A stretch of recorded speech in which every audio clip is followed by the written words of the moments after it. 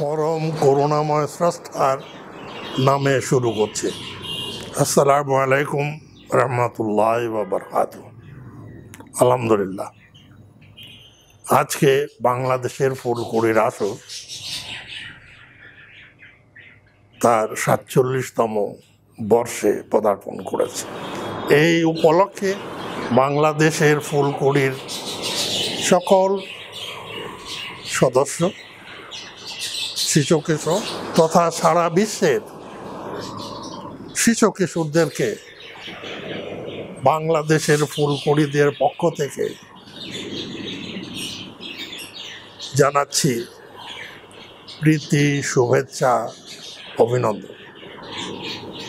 বন্ধুরা, আমরা এই পৃথিবীকে গড়তে চাই, সেই জন্যে ফুলকুড়ির ব্রত হয়েছে বিশ্বকে গড়তে হলে সবার আগে নিজকে গড়ো। নিজকে গড়ার প্রত্যয় নিয়েই আমরা অগ্রসর হচ্ছি।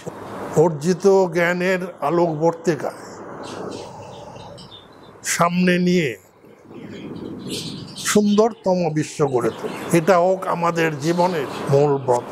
সবাই ভালো থাকো, সুস্থ থাকো এবং ভবিষ্যৎকে গড়ার জন্যে শপথ নিয়ে অগ্রসর হও।